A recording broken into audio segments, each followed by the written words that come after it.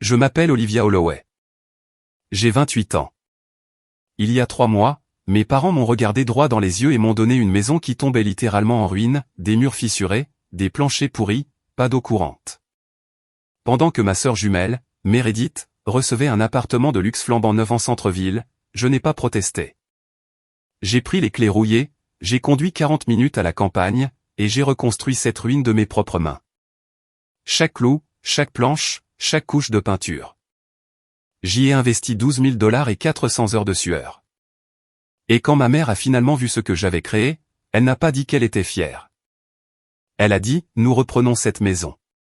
Elle appartient à ta sœur maintenant. Tu as 48 heures. Quand Meredith est arrivée avec ses cartons de déménagement, son visage est devenu blême. Avant que je ne vous raconte ce qui s'est passé, veuillez prendre un moment pour aimer et vous abonner, mais seulement si cette histoire vous parle vraiment. Et laissez votre ville et votre heure locale dans les commentaires, je veux savoir d'où vous m'écoutez ce soir. Maintenant, laissez-moi vous ramener à un vendredi soir de mars, la nuit où mon père m'a tendu un trousseau de clés rouillées en me disant d'être reconnaissante.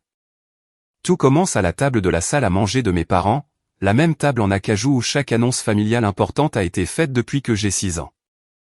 Mon père, Gérald, se tient au bout. Il a 58 ans, c'est un directeur d'agence bancaire à la retraite, et il dirige cette maison comme il dirigeait son bureau. Personne ne parle avant qu'il n'ait fini. Ma mère, Diane, est à ses côtés, les mains jointes, souriante, le genre de sourire qui a été répété. Et en face de moi est assise Meredith, ma jumelle, mon reflet, la préférée de mes parents. Nous avons décidé, dit Gérald, de vous donner un coup de pouce, les filles. Il fait glisser 2 enveloppes sur la table, une épaisse, une fine. Meredith ouvre la sienne en premier. À l'intérieur, une clé en laiton et un contrat de location imprimé pour un appartement de 2 chambres dans le quartier de Lakeview, en centre-ville. Valeur marchande aux alentours de $280 000. Elle crie. Elle crie vraiment. Diane la prend dans ses bras. Et pendant un instant, toute la pièce n'est plus que ces deux-là, riant, se balançant. J'ouvre la mienne. Une seule clé, brune de rouille. Un bout de papier avec une adresse que je ne reconnais pas. Je regarde mon père. Qu'est-ce que c'est? Elle a besoin de quelques travaux, dit-il. Mais tu es bricoleuse. C'est tout. C'est tout ce qu'il me donne. Pas un câlin, pas une explication, juste, tu es bricoleuse. Je regarde ma mère.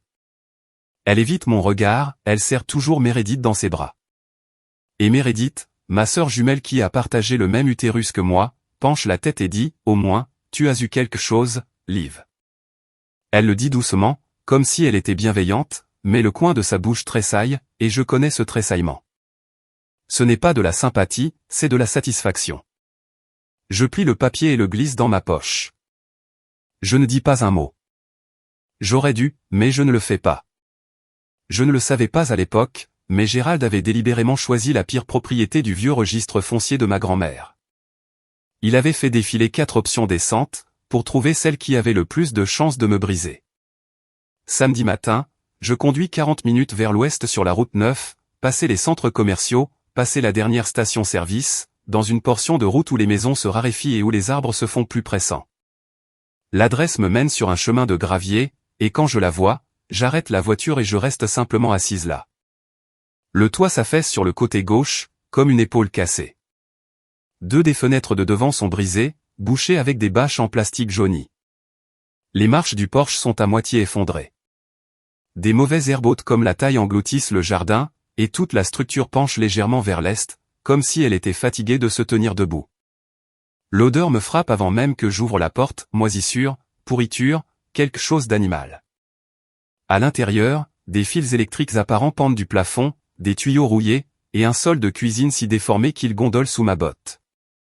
Je m'assois sur le porche, sur la seule marche qui me soutient. J'appelle Marcus. Marcus Webb, 30 ans, avocat en immobilier et la seule personne qui ne m'ait jamais menti.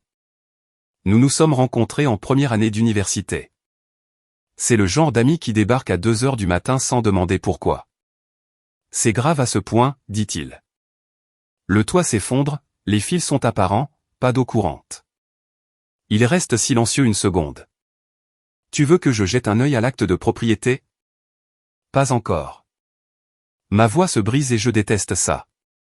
J'ai juste besoin d'une minute. Il me donne 7 minutes. Il m'en donne 5. Je raccroche et je fixe la maison.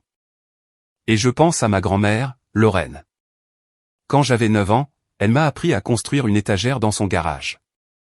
Elle a posé mes mains sur le bois et a dit, « Tes mains savent des choses que ta tête n'a pas encore comprises. » Cet appel avec Marcus, je ne le savais pas à l'époque, allait finir par tout sauver. Ce soir-là, je m'assois dans mon camion avec un carnet et une calculatrice. Toit, $8 000, plancher, $5 000, plomberie, $6 000, électricité, $7 000, peinture, cloison sèche, installation, encore $9 000. Estimation totale, $35 000. Mon compte épargne, $12 411. Je ferme le carnet, l'ouvre à nouveau, et commence à rayer des choses. Qu'est-ce que je peux faire moi-même? Les planchers? Oui. Les cloisons sèches? Oui. La peinture? Évidemment. Les placards, les boiseries, les meubles encastrés? C'est littéralement mon métier. Je suis charpentière, restauratrice de meubles. Je travaille le bois depuis que j'ai 16 ans, et je suis douée pour ça. Mais ma famille n'a jamais, pas une seule fois, appelé ça une carrière. Pour eux, je suis la jumelle qui ponce des chaises dans un petit atelier triste pendant que Meredith porte des tailleurs. Lundi matin, Meredith appelle. Sa voix est pleine de cette douceur particulière qu'elle utilise quand elle est sur le point de dire quelque chose de cruel. « Oh, ma chérie. Tu vas vraiment vivre là-bas? C'est à moi. Je vais m'en sortir. Tu pourrais juste la vendre. Te trouver un petit appartement quelque part. J'ai dit que je vais m'en sortir. » Une pause, puis, d'accord, Liv. Bonne chance avec ça. Cet après-midi-là, Diane m'envoie un texto, « Ne gaspille pas tes économies, Olivia. Ton père sait ce qu'il fait. » Je ne réponds pas. Je vais au magasin de bricolage et j'achète 100 kg de bois. La première semaine, je démonte le plancher pourri de la cuisine, à 4 pattes. Je transporte les débris dans une benne que j'ai louée. Une voisine, Ruth 65 ans, avec des lunettes de lecture et une mâchoire déterminée se penche par-dessus la clôture et observe. Beaucoup de travail, dit-elle. Oui. Elle m'apporte une carafe d'eau glacée sans que je le demande. Puis elle dit quelque chose qui me marque, cette terre appartenait à Lorraine Price. C'est ta grand-mère? Je la fixe. Oui, mais comment le savez-vous? Ruth hausse les épaules. J'habite ici depuis 30 ans, ma chérie. Je sais à qui appartenait quoi. Je garde ça dans un coin de ma tête. Je ne comprends pas encore, mais je le garde. 6 semaines plus tard, mes économies ont disparu. Pas diminué et disparu. Chaque dollar que j'avais est maintenant incrusté dans les fondations de cette maison, un nouveau sous-plancher, des cloisons sèches neuves, un toit réparé qui ne fuit plus quand il pleut. La cuisine a des placards que j'ai conçus et construits moi-même en chêne blanc avec des assemblages en queue d'aronde. Le mur du salon qui s'effritait est maintenant lisse, peint en blanc chaud, et si vous appuyez votre main dessus, il est solide. Mais le système électrique est un problème. Le câblage d'origine est à isolateur et tube, datant des années 60. J'ai remplacé ce que je pouvais atteindre, mais le tableau électrique nécessite un électricien agréé. C'est 3 000 à 5 000 $ que je n'ai pas. Alors, j'installe un câblage temporaire dans des conduits. C'est sûr pour le moment. Ça passe une inspection visuelle, mais ce n'est pas permanent. Je le note dans mon carnet de projet, souligné 2 fois, priorité électricité. Trouver un électricien agréé dès que possible. Je prends des petits boulots le soir, des planches à découper sur mesure, une table à manger en bois de récupération pour un couple de la ville voisine. 60 $ par-ci, 90 $ par-là. Ce n'est pas assez, mais ça permet de payer les factures d'électricité, littéralement. Puis Gérald débarque. Sans appel, sans texto. Il apparaît simplement sur le pas de la porte un mardi après-midi, les mains dans les poches, regardant autour de lui comme un propriétaire inspectant une location.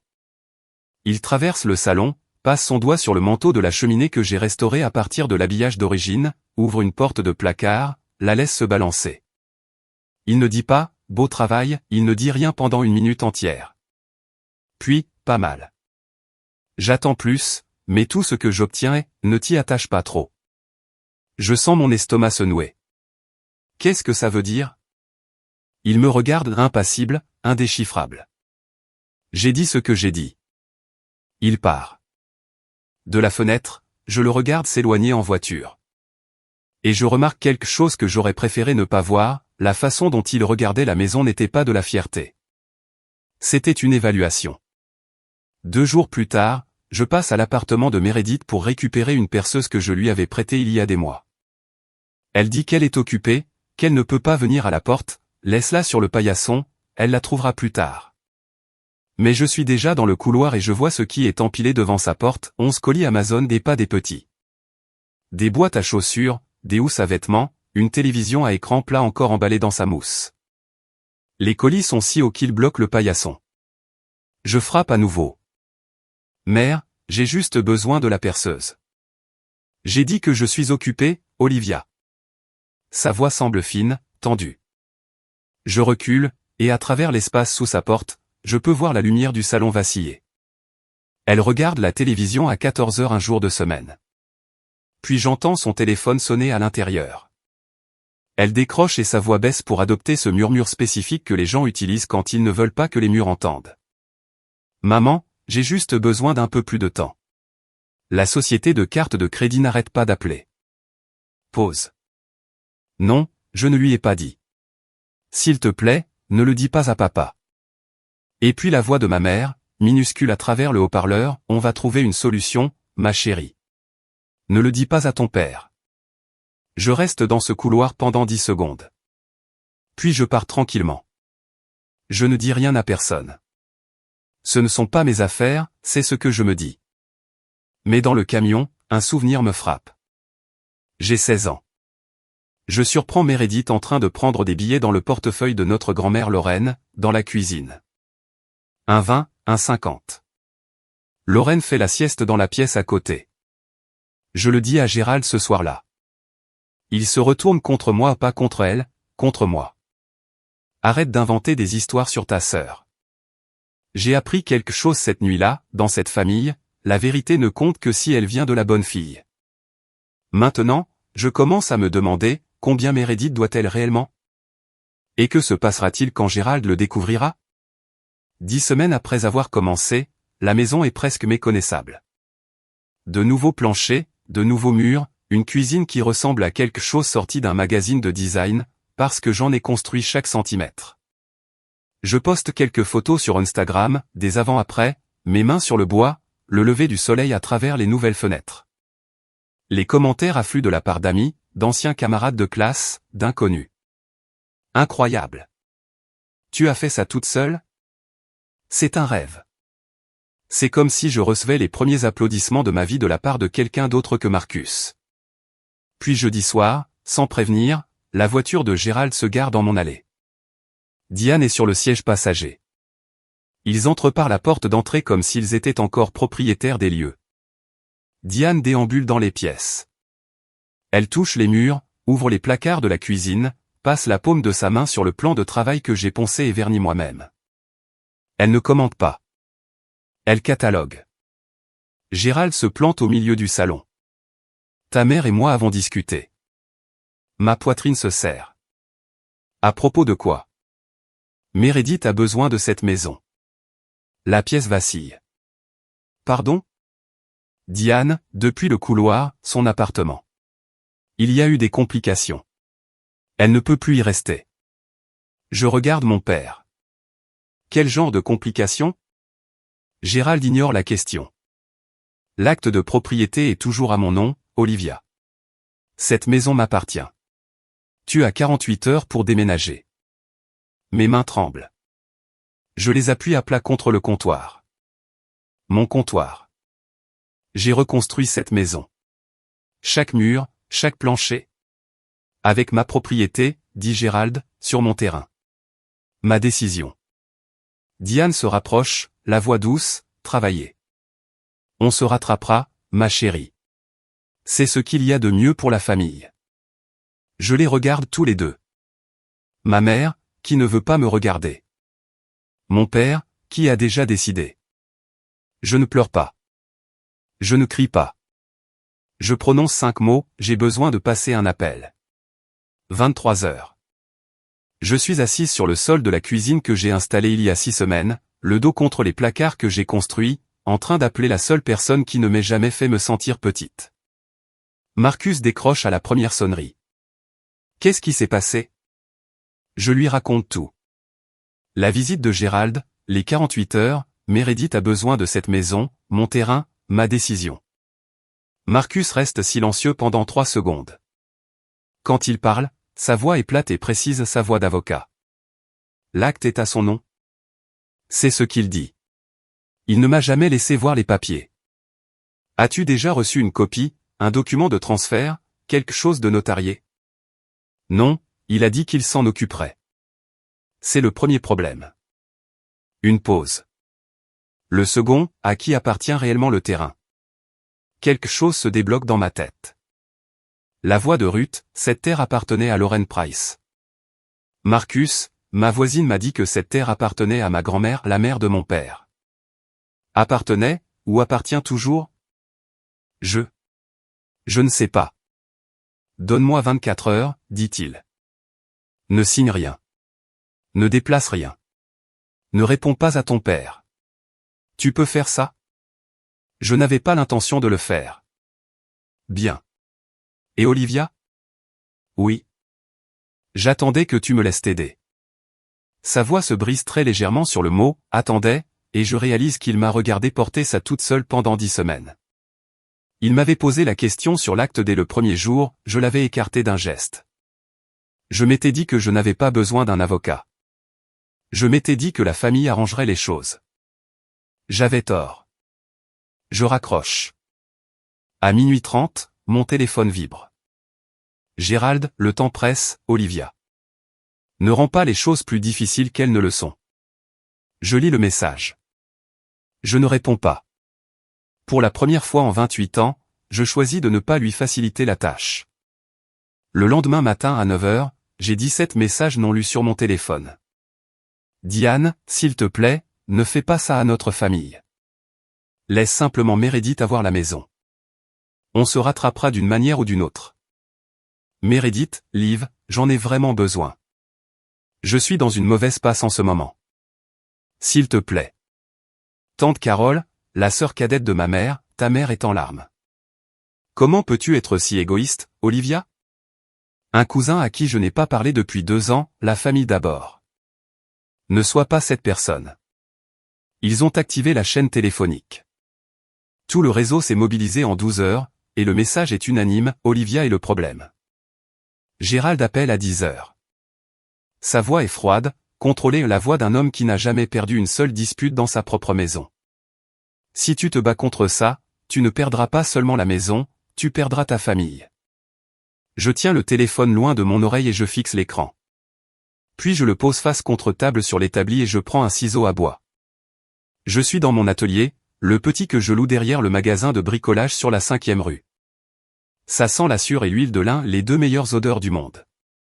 Je passe mon pouce sur le tranchant d'un ciseau sculpté à la main que ma grand-mère Lorraine m'a donné pour mes 18 ans.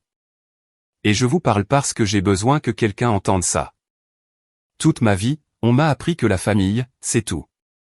Qu'il faut se sacrifier, qu'il faut plier, qu'il faut faire de la place. Mais personne ne m'a jamais appris que la famille peut aussi être les gens qui utilisent l'amour comme une arme, qui enveloppent le contrôle dans le mot sacrifice, qui vous tendent un tas de rouille en appelant ça un cadeau. Puis une notification apparaît. C'est dans la conversation de groupe de la famille. Tante Carole, voulant clairement envoyer un message privé à Diane, a envoyé un message à tout le monde. Diane dit que Meredith a plus de 60 000 $ de dette de carte de crédit. Gérald n'est pas encore au courant. Qu'est-ce qu'on fait? Je fais une capture d'écran et je la sauvegarde. Marcus appelle à 16 heures cet après-midi-là. Il ne dit pas bonjour. Olivia, le terrain n'a jamais été au nom de Gérald. Je pose ma ponceuse. Quoi? Il est détenu dans un trust révocable en viager établi en 2012. Le fiduciaire et le constituant est Lauren Price, ta grand-mère. J'ai un frisson. Ce n'est pas Gérald m'a dit qu'il en était le propriétaire. Gérald a menti. Ou il a supposé. Quoi qu'il en soit, le bureau du cadastre du comté n'a aucune trace de transfert de propriété à Gérald Holloway. Le terrain, et toutes les structures qui s'y trouvent, appartiennent au trust, et la seule bénéficiaire mentionnée. Il fait une pause, c'est-toi. Je m'assois par terre dans l'atelier. Moi. Toi. Je n'ai pas parlé à ma grand-mère depuis presque 2 ans. Pas par choix. Gérald m'a dit qu'elle devenait confuse, que l'appeler ne ferait que la stresser. Il l'a dit si souvent que j'ai arrêté de me poser des questions. J'ai arrêté d'appeler. Je compose son numéro, les mains tremblantes. Ça sonne 4 fois. Allô? Sa voix est plus fluette que dans mon souvenir, mais ferme. Mamie, c'est Olivia. Silence. Un temps. 2. J'attendais cet appel, ma chérie. Je ne peux plus respirer.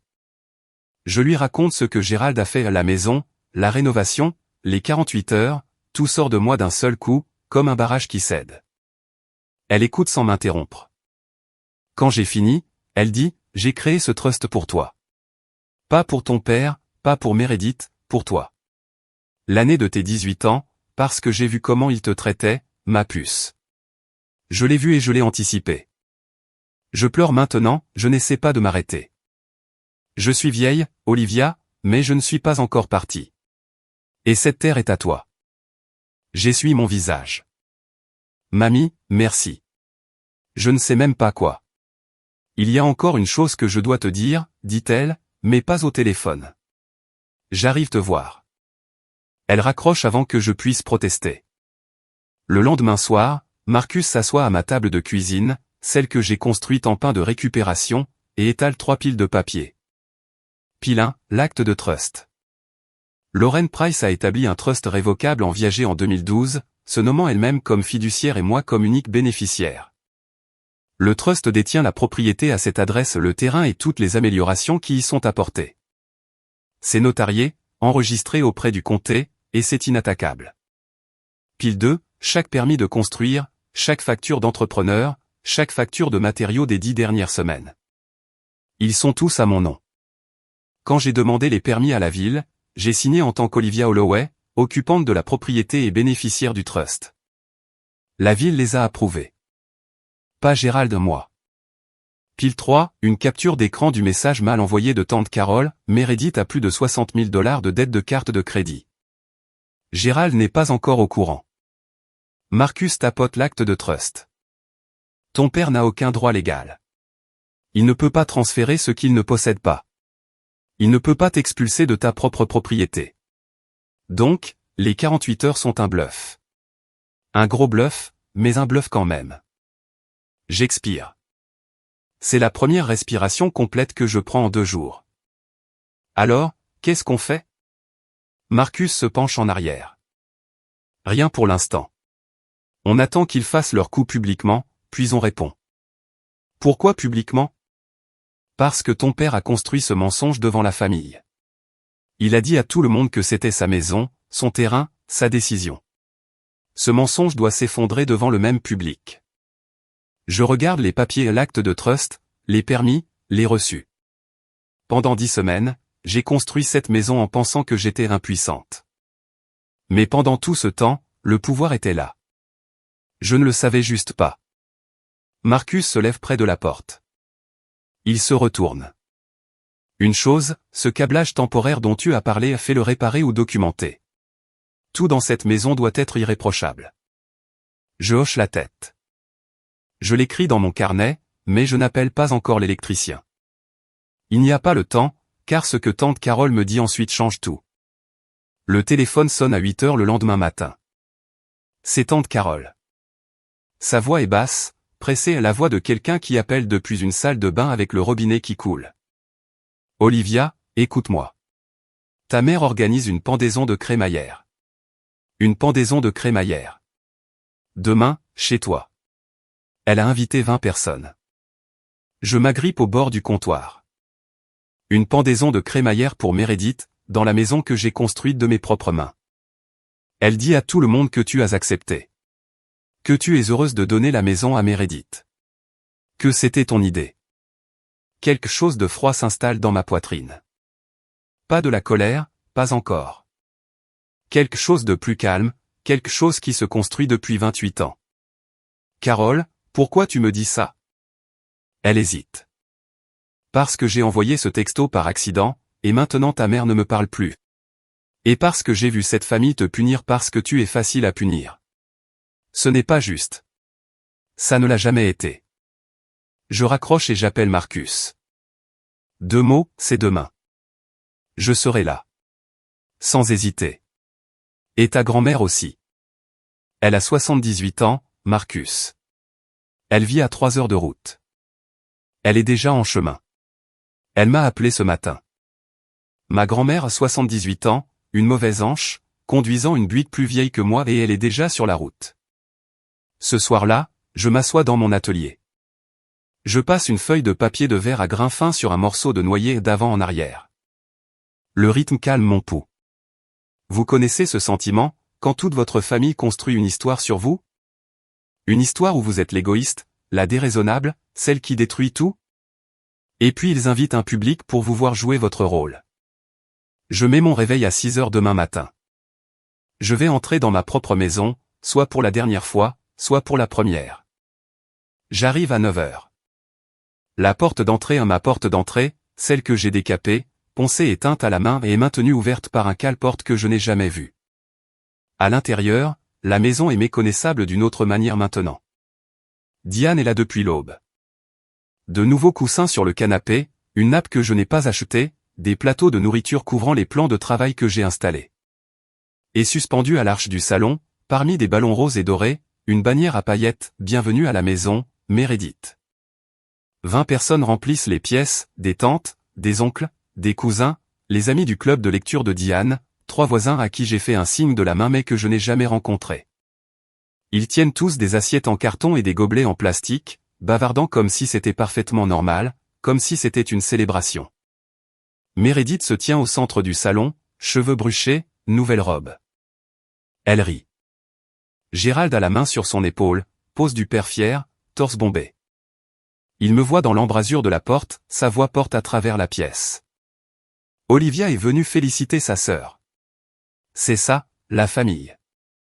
Toutes les têtes se tournent, 20 sourires dirigés vers moi. Je les sens comme des lampes chauffantes. Diane apparaît à mon coude avec un verre de limonade. Sois gracieuse, ma chérie. C'est difficile pour nous tous. Grande-tante Margaret, la sœur aînée de Gérald, me tapote le bras.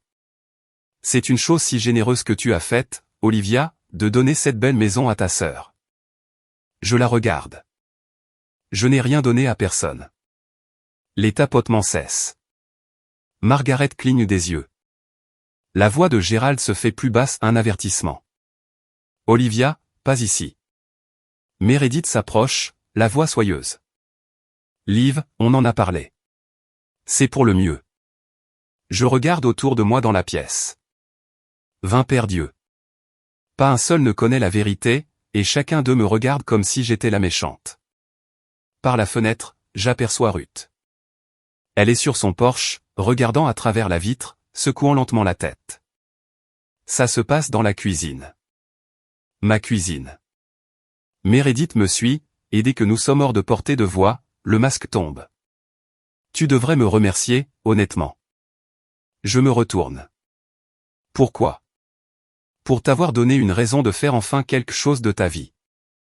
Elle s'appuie contre l'îlot que j'ai construit de toutes pièces, en chêne blanc et quincaillerie en laiton et examine ses ongles. Tu serais encore en train de poncer des chaises dans ce triste petit atelier si ce n'était pas pour moi. Ma mâchoire se crispe.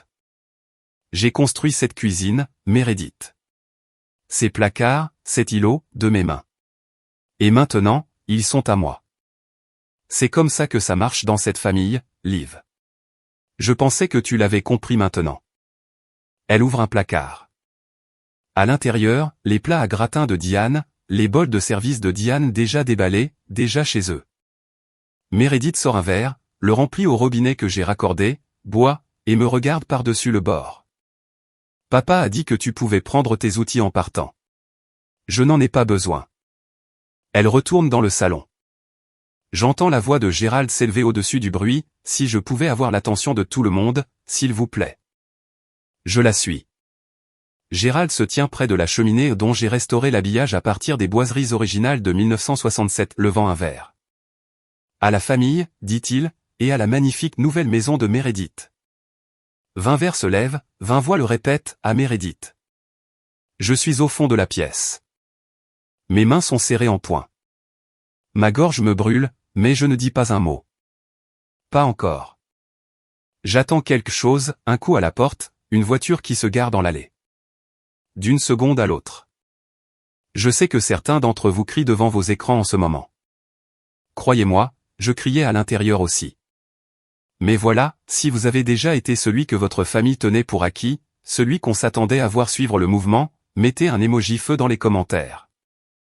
Et si vous voulez voir ce qui s'est passé quand j'ai finalement arrêté de me taire, assurez-vous d'être abonné, parce que ça arrive.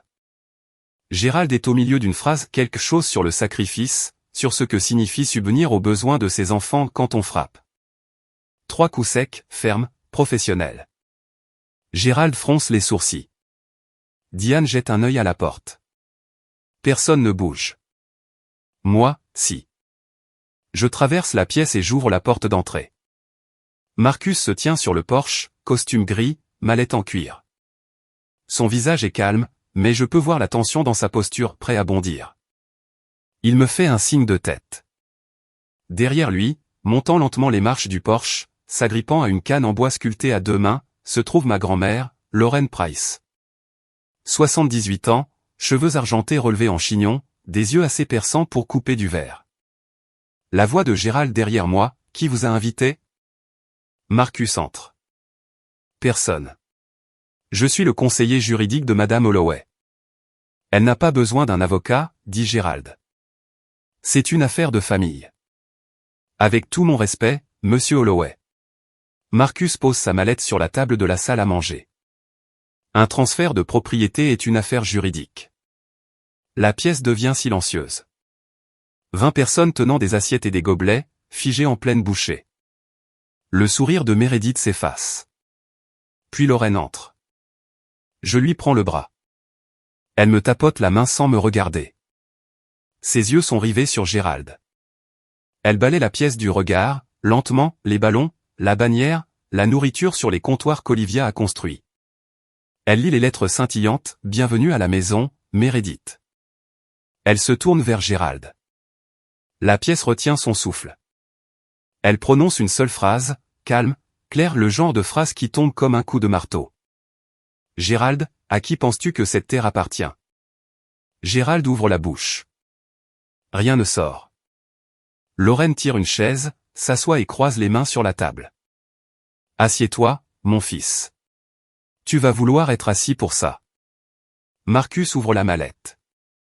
Le clic des loquets est le son le plus fort dans la pièce.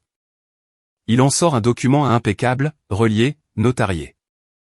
Il le pose sur la table pour que tout le monde puisse voir le sceau du comté. Si je peux avoir l'attention de la salle. Sa voix n'est pas forte, elle n'en a pas besoin. Cette propriété, le terrain et chaque structure qui s'y trouve, est détenue dans un trust révocable en viager, établi par Lorraine Price en 2012. L'unique bénéficiaire est Olivia Holloway. Gérald fait un pas en avant. Ce n'est pas possible. Ma mère m'a donné. Je ne t'ai rien donné, Gérald. La voix de Lorraine tranche la pièce comme une lame. Elle ne l'élève pas, elle n'en a pas besoin. Je t'ai laissé utiliser l'adresse pour le courrier. Je t'ai laissé croire ce que tu voulais, mais je n'ai jamais transféré le titre de propriété. Il n'a jamais été à toi. Marcus continue, Monsieur Holloway, vous ne détenez aucun acte, aucun titre, et aucune autorité légale pour transférer cette propriété à quiconque. De plus, chaque permis de construire, chaque facture d'entrepreneur, chaque reçu de matériaux pour les rénovations effectuées au cours des 10 dernières semaines est au nom d'Olivia Holloway. Elle est la propriétaire légale de toutes les améliorations. Le bureau du cadastre du comté peut vérifier chaque page. Diane, la voix tremblante, mère, comment avez-vous pu nous faire ça? Lorraine regarde sa belle-fille, d'un air constant, sans ciller. J'ai fait ça pour Olivia, parce que vous deux, vous ne pouviez pas. Le revirement commence. 20 personnes, qui sont entrées en pensant assister à une pendaison de crémaillère, réalisent maintenant qu'elles ont été invitées à un mensonge. Grande-tante Margaret se tourne vers Gérald. Gérald, tu nous as dit que c'était ta maison. Gérald ne dit rien. Son visage a la couleur d'un steak cru. Et puis Lorraine ajoute doucement, pour personne et pour tout le monde à la fois, j'ai créé ce trust l'année des 18 ans d'Olivia. Parce que j'ai vu comment tu la traitais, Gérald.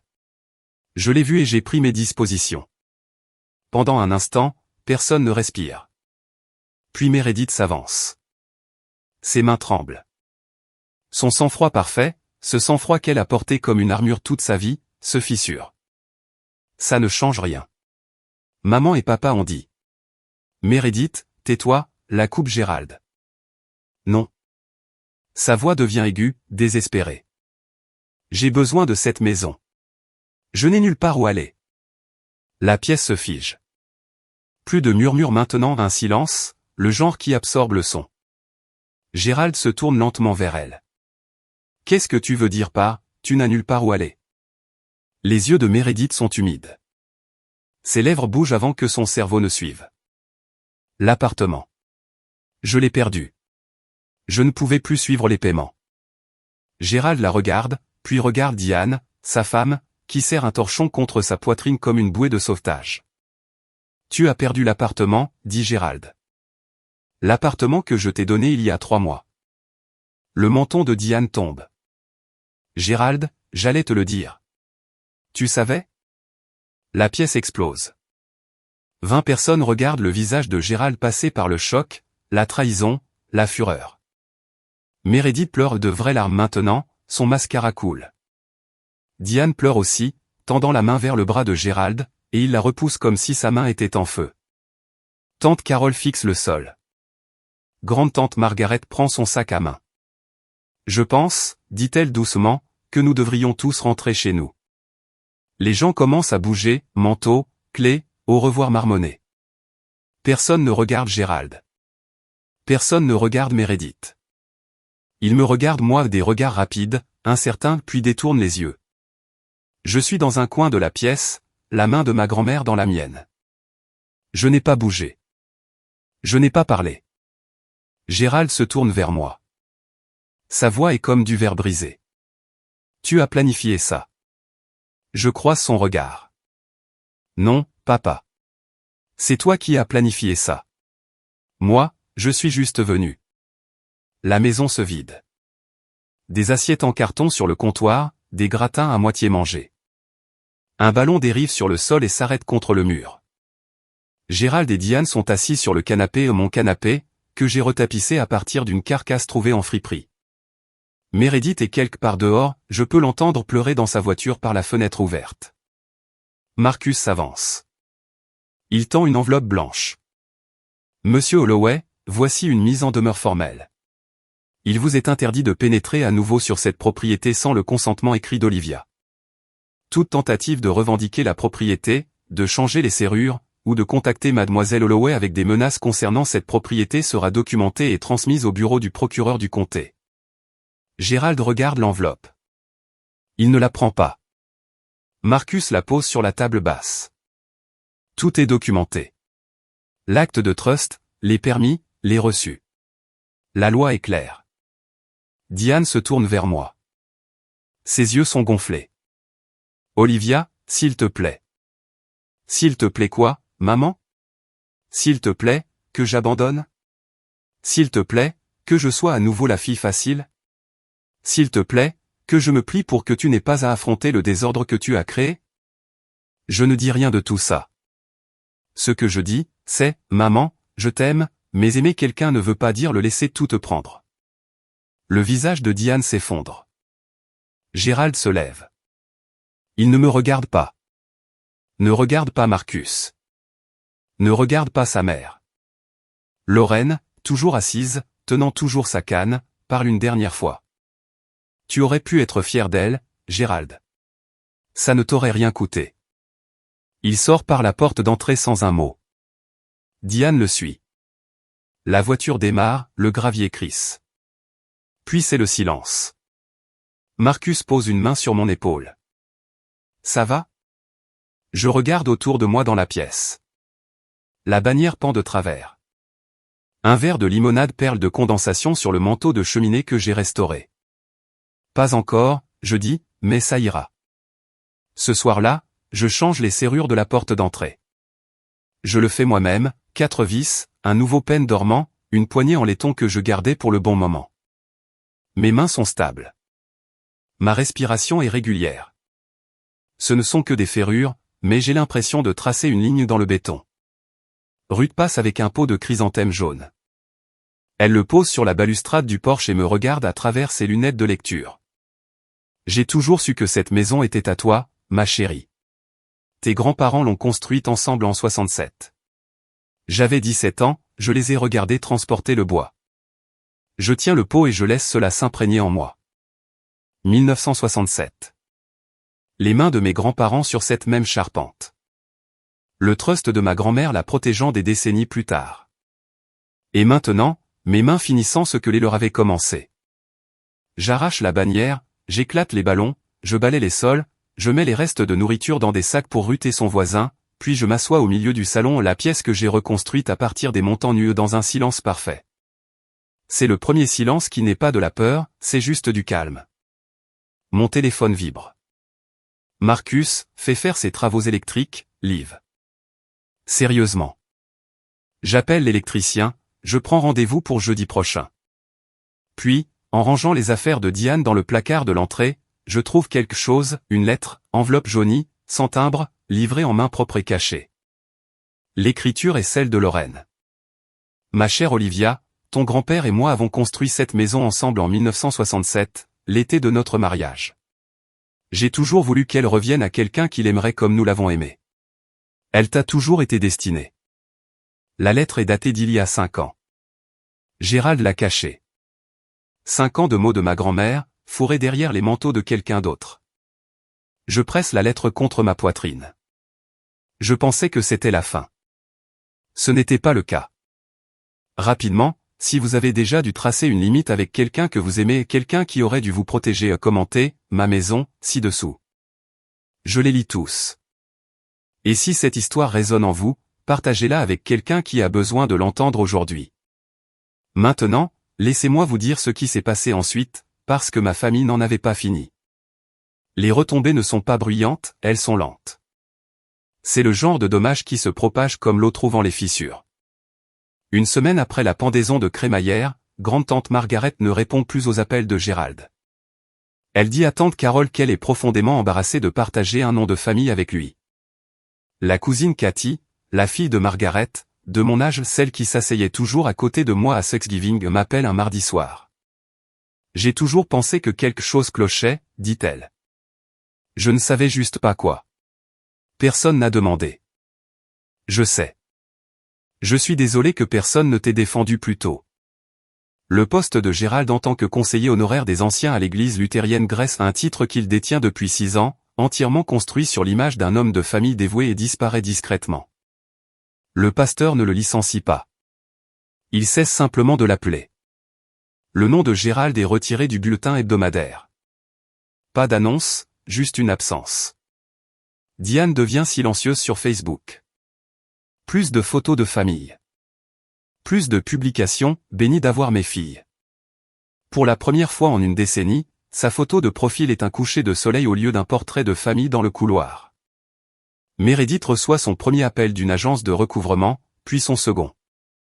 Sans Gérald et Diane pour faire obstruction, 62 000 $ de dettes de carte de crédit sont à son nom. La totalité. Ruth me raconte quelque chose un matin, par-dessus la clôture. Ton père est passé mardi dernier, il est resté devant la maison pendant 10 minutes, à regarder. Puis il est reparti en voiture. Je ne sais pas quoi faire de cette information, alors je la classe comme je classe tout ce que je ne suis pas prête à ressentir.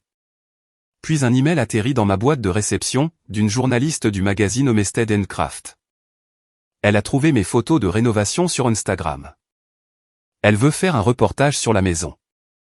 Elle veut savoir qui a fait les travaux que mon père disait ne pas être une carrière. Gérald appelle un jeudi en début d'après-midi.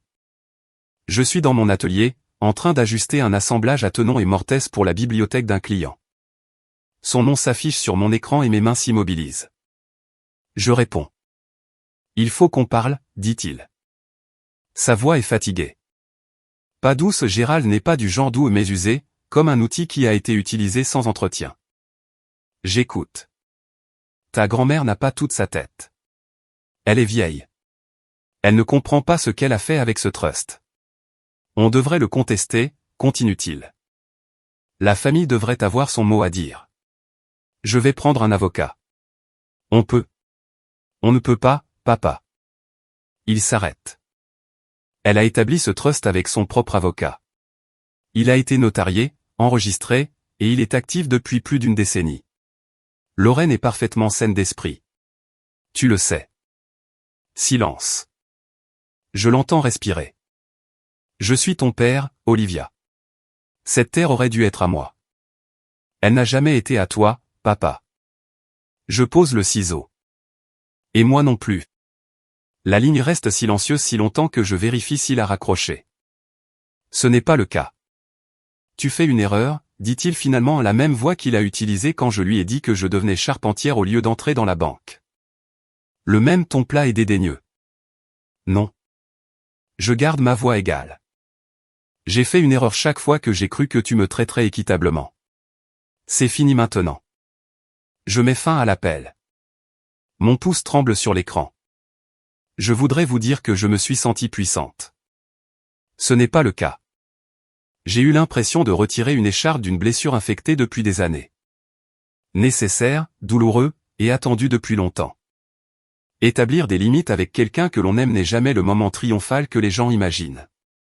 C'est silencieux, c'est solitaire, et parfois, la chose la plus courageuse que l'on puisse dire est simplement « assez ». 2 semaines plus tard, un samedi matin, je suis sur le porche en train de sceller un cadre de fenêtre quand j'entends une voiture arriver dans l'allée de gravier. Le moteur se coupe. Une portière s'ouvre et ne se referme pas avant un long moment. Meredith remonte le chemin. Pas de maquillage, les cheveux attachés en un chignon. Elle porte un sweatshirt que je n'ai jamais vu gris, trop grand pour elle, le genre de vêtement dans lequel on ne la verrait jamais normalement. Ses yeux sont gonflés, elle a l'air d'avoir 10 ans de plus qu'à la pendaison de crémaillère. Elle s'arrête au bas des marches du porche, mes marches, celles que j'ai reconstruites. Je ne suis pas là pour demander la maison. Je pose le pinceau. Alors pourquoi?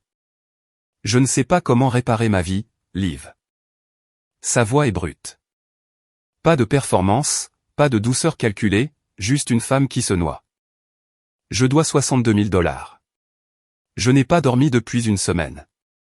Les agents de recouvrement appellent tous les matins à 7 heures.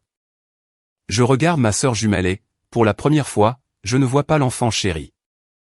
Je ne vois pas celle qui a toujours eu la plus grosse part, le câlin le plus chaleureux, les applaudissements les plus forts.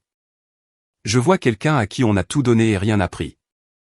Quelqu'un qui n'a jamais appris à construire parce qu'elle n'en a jamais eu besoin. Je ne peux pas réparer ça pour toi, dis-je. Et je ne le ferai pas.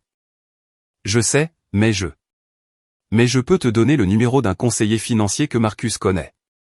Le reste dépend de toi. Elle hoche la tête, essuie son visage, et se tourne pour partir. Au bas des marches, elle s'arrête, fouille dans son sac, en sort une petite boîte en carton et la pose sur la balustrade. Je suis désolé, dit-elle, pour la cuisine. Pour tout. Je la regarde. Je t'entends. Je ne dis pas, je te pardonne, parce que je n'en suis pas encore là. Et je ne dois le pardon à personne, selon un calendrier qui n'est pas le mien. Après que sa voiture a disparu au bout du chemin de gravier, j'ouvre la boîte. À l'intérieur, 2 fins bracelets en argent. Ma grand-mère nous les avait donnés quand nous avions 8 ans, un pour chaque jumelle. Meredith a gardé les 2 pendant 15 ans. Un mois plus tard, un photographe se tient dans mon salon avec un appareil photo réflexe numérique et un panneau réflecteur, et je pense, c'est la chose la plus étrange qui me soit jamais arrivée. La journaliste de Homestead & Craft s'appelle Dana. Elle a la quarantaine, très professionnelle, avec un magnétophone et un carnet plein de questions. Elle parcourt chaque pièce, touchant les boiseries, s'accroupissant pour examiner les assemblages en queue d'aronde des placards de cuisine, passant la paume de sa main sur l'habillage de la cheminée. Qui a fait la menuiserie, demande-t-elle. C'est moi. Et les planchers? Moi. Les placards? Moi aussi. Elle lève les yeux de son carnet. Qui vous a appris à construire? Je souris. Ma grand-mère. L'article paraît 3 semaines plus tard. Titre, De la ruine à la Renaissance, comment une femme a reconstruit de ses propres mains une maison de 1967. 4 pages, 12 photos. Ils utilisent l'avant-après de la cuisine pour la double page centrale.